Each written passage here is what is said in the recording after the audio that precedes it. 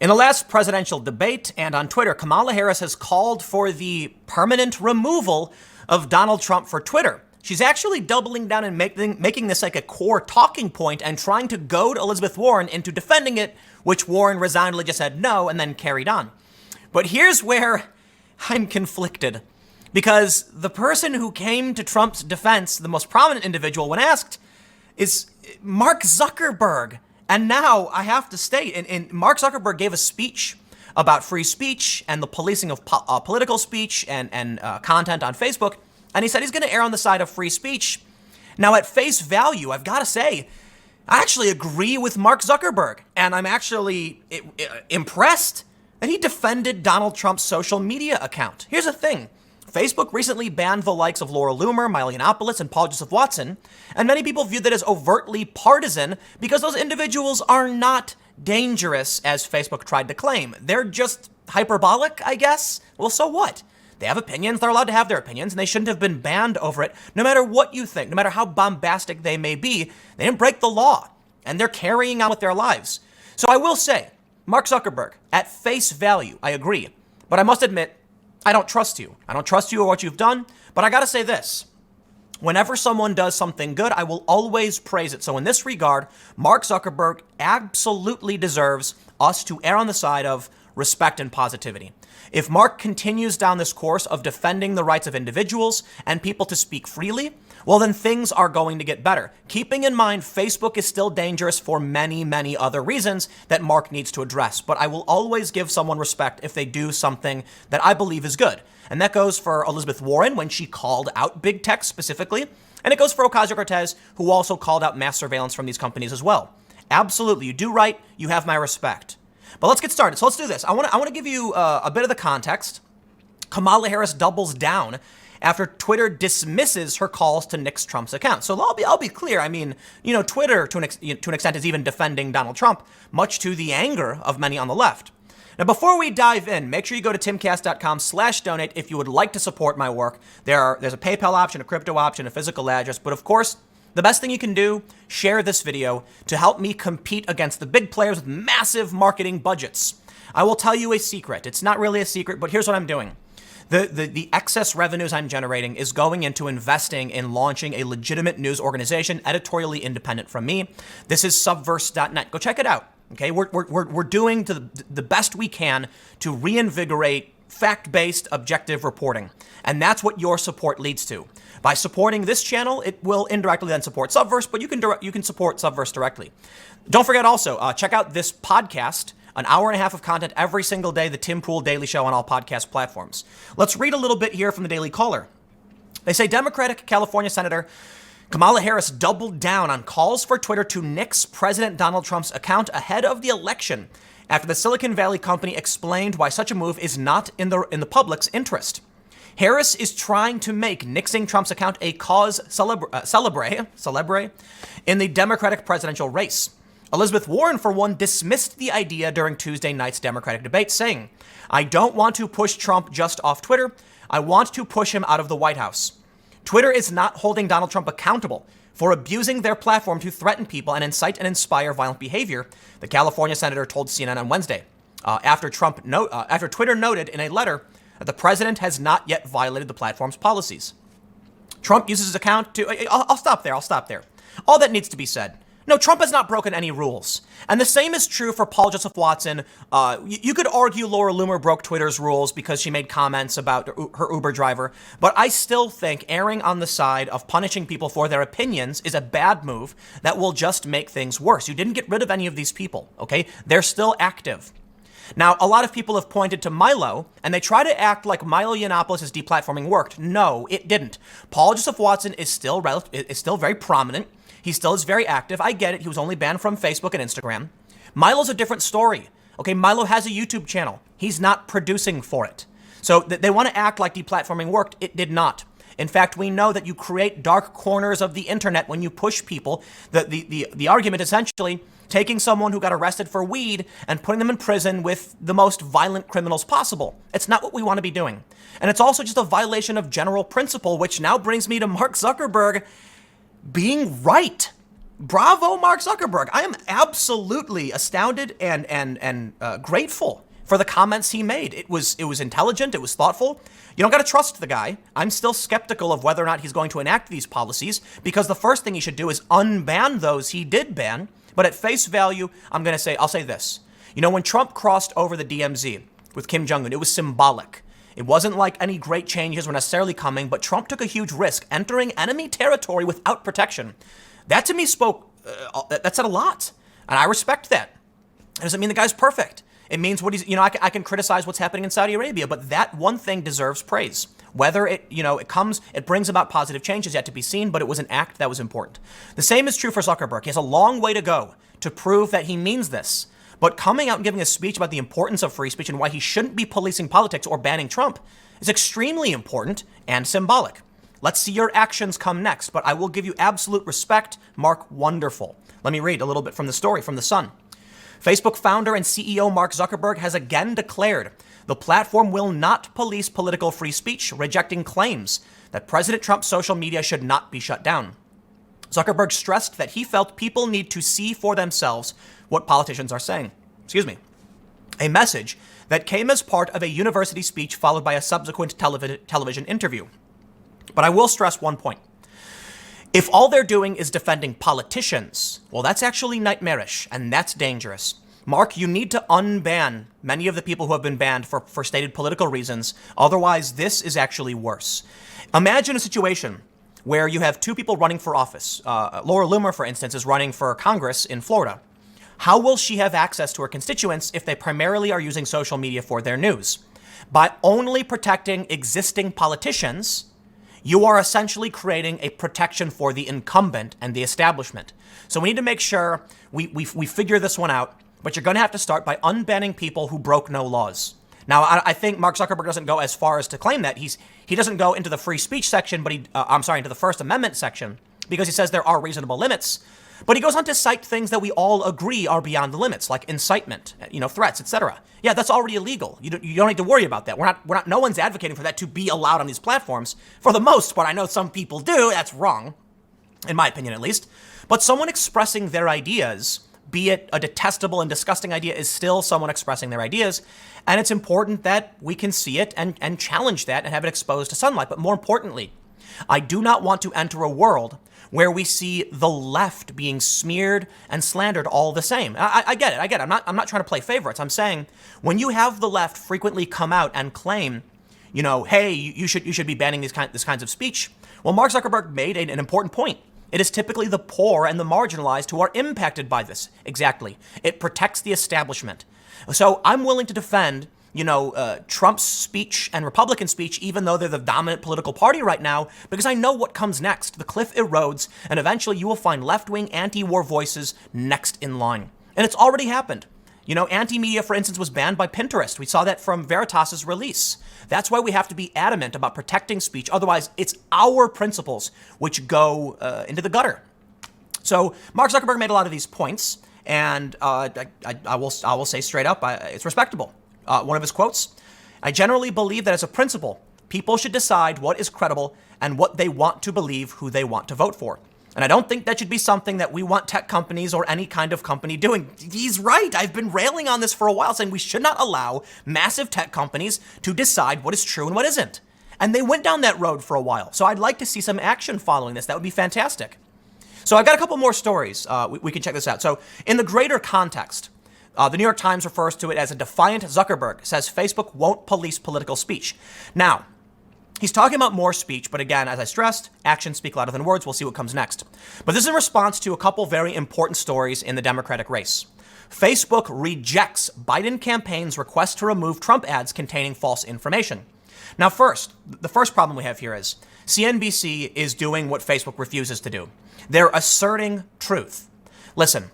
They're asserting truth outside of the context of what the article is supposed to be. News articles are supposed to tell you the truth, but framing is an important device. Now, technically, this article is fine, okay? Because the accusation is Trump's ad has false information, and Biden wants it removed, and Facebook says no. However, they're making it sound like the ad itself was false. Now, the reason Facebook wouldn't reject it is because Facebook isn't asserting whether it's true or not, and that's right. Because the problem is, You have different people believing different things because of different credible sources. There are alternative sources. As much as people want to rag, I think it was Kellyanne Conway's alternative facts. It's like, listen, man, I understand the point she was trying to make. And a lot of people try to use that against her, but listen, Trump in his video, the video I'm familiar with, if I believe is the correct one, is very vague. It just says that Trump was trying to investigate corruption and Joe Biden got aid suspended after the prosecutor was potentially going to look into Burisma. Well, that's all true. And the other thing that's true is that Shokin, the prosecutor, signed a sworn affidavit saying that Biden was interfering. And now we have a Ukrainian MP saying Biden was directly consulting and receiving a payment of $900,000 through Rosemont Seneca, through his son. You want to argue that that's true, that's fine, but Facebook shouldn't be arguing that. And therein lies the problem. NBC, CNBC, all these other outlets and leftists want to say, no, it's a conspiracy theory, it's fake. It's a conspiracy theory, it's fake news. Listen, I know you're saying that, but you're asking me to believe one Ukrainian official over another, and I can't do that. So I can't tell you what is true or not. And I'm going to have to agree with Facebook. Let the ad roll. Well, here's the thing. I'll tell you where the paradox comes in. Elizabeth Warren warns Facebook may help re-elect Trump and profit off of it. And this is Elizabeth Warren making a similar point. If we can lie in Facebook ads and get away with it, we know that campaign finance laws are not equipped to address online political advertising.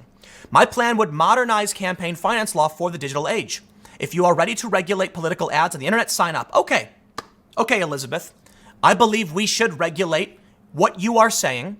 And if you are lying to get elected, we should remove you. Is that what you're claiming? That you would not be exempt from this? Okay, good. Delete the tweet. Because according to PolitiFact, you were wrong. Check this out. You want to talk about paradox or irony or whatever? I love the analogy of a fire truck on fire. That's irony. In this instance, Elizabeth Warren is trying to claim Trump is lying, and it turns out she was. Or she was just wrong, okay? I'm not trying to assign her intent. She's wrong. Okay, so now can I accuse her of lying and demand that her tweets be removed? That's the point she's trying to make. This is why Facebook was right. Oh, it pains me to say that. I am no fan of Facebook. Absolutely not. When I saw the hashtag trending, check this out. Delete Facebook was trending on Twitter because Mark Zuckerberg had a dinner with some conservatives. And these leftists were freaking out. Like, so what? Zuckerberg has dinner with tons of people all the time, but this one moment, it got reported by the news as a secret meeting with oh, come on, secret meeting. Zuckerberg responded by saying he has dinner with lots of different people who believe different things. It's right, but they don't want anyone interacting with anybody they view as conservative. That's crazy, and I think Zuckerberg maybe got a little wake-up call when he was realizing who was targeting him and why. Well, here's the problem, Elizabeth. In phony Facebook ad, Warren said most TV networks will refuse ads with a lie, but that's wrong. That's wrong. Senator Elizabeth Warren escalated her battle to break up Facebook by posting an ad that intentionally included a false account about Mark Zuckerberg backing President Donald Trump. Warren's goal was to show that the social media giant allows misinformation by Trump. Quote, breaking news. Mark Zuckerberg and Facebook just endorsed Donald Trump for re-election. You're probably shocked and you might be thinking, how could this possibly be true? The ad then pivoted to a disclaimer. No, the Facebook CEO did not endorse Trump before attacking Facebook. What Zuckerberg has done is given Donald Trump free rein to lie on his platform and then to pay Facebook gobs of money to push out their lies to American voters. If Trump tries to lie in a TV ad, most networks will refuse to air it. But Facebook just cashes Trump's checks. Okay, let me stop. Elizabeth Warren has called on Twitter to ban Trump. No, that is authoritarian corporatism, whatever. We should not be giving the private corporations the right over our public conversations. Sorry, that's authoritarian. Elizabeth Warren is looking to Zuckerberg to solve this problem. No, he is free to do as he pleases, as much as I think there should be regulation. You're also wrong too, but please stop reaching out to the billionaire multinational corporations to police speech. Stop. And you have Beto, who called on massive financial tech duopoly, MasterCard and Visa, to restrict the sale of private legal goods to American citizens. This is an insane authoritarian push that I won't stand for, okay? I've criticized Trump periodically, but listen, the challenge now is what they're proposing, in my opinion, is remarkably worse than your criticisms of Trump. That's just my opinion. You don't have to agree. I'm concerned about free expression and authoritarianism within this country, and I'm seeing it from these three people particularly.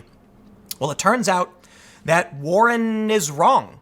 So federal rules for television. There are rules, however. So hold on. You get the point. I don't want to rate through this whole PolitiFact breakdown. The point is they rated it mostly false. It's not true. You can actually put up ads that may have misinformation or be wrong.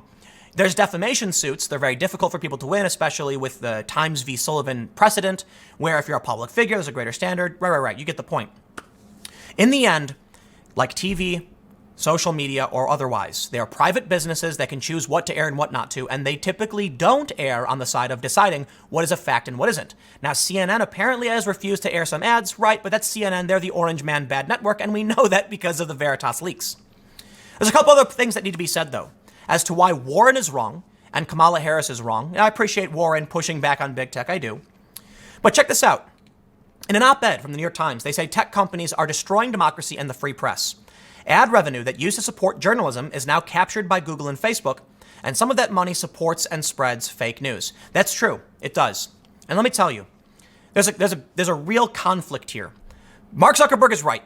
Another point he made was that Facebook has done great things to democratize the ability to speak up. He's correct. And I think he's also correct in pointing out how we've missed that. Facebook does this, YouTube does this, Twitter does this, and it's often missed in the conversation about what we need to do to make the platforms better. So I will acknowledge, yes, that is a very, very good thing. In fact, the democratization of spreading information is what I'm doing right now. I mean, you've got mainstream media outlets challenging me, trying to shut me down, smearing and lying. Yeah, because they don't like the fact that we're competing. And this story from the New York Times is not just about big tech companies. It's about me. It's about you guys watching. In this story, they do make a good point that Google and Facebook, they've dominated the space and taken so much of that money, and it is hurting news. I agree. At the same time, though, what's your solution? Shutting down these companies? Taking my voice away? Sorry, things have leveled out. Yes, Google has gained way too much power, and so has Facebook. So you're half right. We need to have an honest conversation about the right way forward. Now, I will stress one more point moving forward. I forgive me for saying I stress points too much. I do that a lot, don't I? Mark Zuckerberg may be reacting to pending litigation. Here's what I think. Mark Zuckerberg knows if Warren wins, she's going to break you up. He also knows that if Trump wins, conservatives are upset over your bias. I think Mark Zuckerberg came out in trying to save his company. I think he's now on the side of, look, I respect what he says, Mark, I respect what you've said here, but I do think it's a political act to protect your business. And I get it. I do. I'd like to see some action following this. But think about it. If Trump wins and the Republicans are saying you're biased against us, well, they'll come after Mark. If Mark before 2020 says free speech, he's betting Trump is going to win. And coincidentally, it's coming out right around the time that new analytics, historically accurate analytics, Moody's, shows Trump handily winning. Handily? Whatever. He's going to win. Okay, that's what they're saying. A lot of people predict it for a lot of reasons. It may be wrong. Dynamics may have changed. We don't know. But it seems like Zuckerberg is betting on a Trump victory. If anyone would know, I'd bet it would be Zuckerberg. And I'll tell you what's really scary is that if Facebook can curate what you see, if they can ban Milo, Laura, and Paul Joseph Watson, very prominent Trump supporters, well, that's going to restrict the voice of those who can push, people to vote for Trump. That to me is nightmarish. I don't like it. I'm not a fan of Trump. I just don't want Zuckerberg to be in control of that. I didn't vote for him. Okay, I didn't vote for Trump either, but at least I know 63 million of my fellow Americans did, and I'm willing to respect that choice. Zuckerberg just gained power through market incentives. I can respect the hard work he's done and his dedication, but I will not respect him having power over the public sector. So make the right choice and move on. I want to highlight just a couple more things. How about this, okay? New York Times has previously published an op-ed which is outraged about the money they should be getting from Google, effectively saying it's our money, $4.7 billion, which they were wrong about. This is why the New York Times has smeared YouTube on the front page. This is why these digital news outlets have targeted us on YouTube. We are not the problem. We did not create this system, but they do view us as cogs in the machine that harm them. Well, I'll tell you what, I have a right to speak, as do other people with nasty opinions. But you know what? The bigger problem, in my opinion, is these tech companies keep bending over backwards to the outrage from a dying media class. These companies are obsolete, okay? What we're doing with Subverse right now is building off of new social infrastructure on minds.com. And I think it's amazing and revolutionary. You should check it out, subverse.net. But these older companies, they're using this blog model from the 2000s, and change has happened. I fully recognize that time will come when what I do will not be economically viable either. We need to have some regulation. That's my opinion. I don't know what it is, but I think Elizabeth Warren, Kamala Harris, Beto are all wrong about their calls. The media is just trying to shut us down because we're their competition. They say Google is the problem. Okay, Google has a lot of problems, and they do have too much power. I agree. But no, the problem is you are becoming obsolete and you need to adapt your business model. Why aren't you on YouTube? Okay, I don't like the idea there's no competition in town, but Andrew Yang made a very, very great point. He said he was basically talking about how just because they're a monopoly doesn't mean it's a bad thing. How many people use Bing? And everyone's like, right, we use the best service. That presents a very serious challenge in that there's no competition between search engines. Facebook is very specific, so is YouTube. And why would someone want to use a smaller social media network where no one is actually on? That means we need regulation, because in this space, competition doesn't make as much sense, although I do think is good. So there's the big issue. But I want to stress, I'm sorry, I said it again, but there's two more things to point out. In this article, Harris aide complained BuzzFeed reporter's critical tweet was a really horrible look and whiteness manifest. We should not be letting politicians decide who should or should not be allowed to speak. Okay? Free speech, First Amendment, there's a reason it's the first.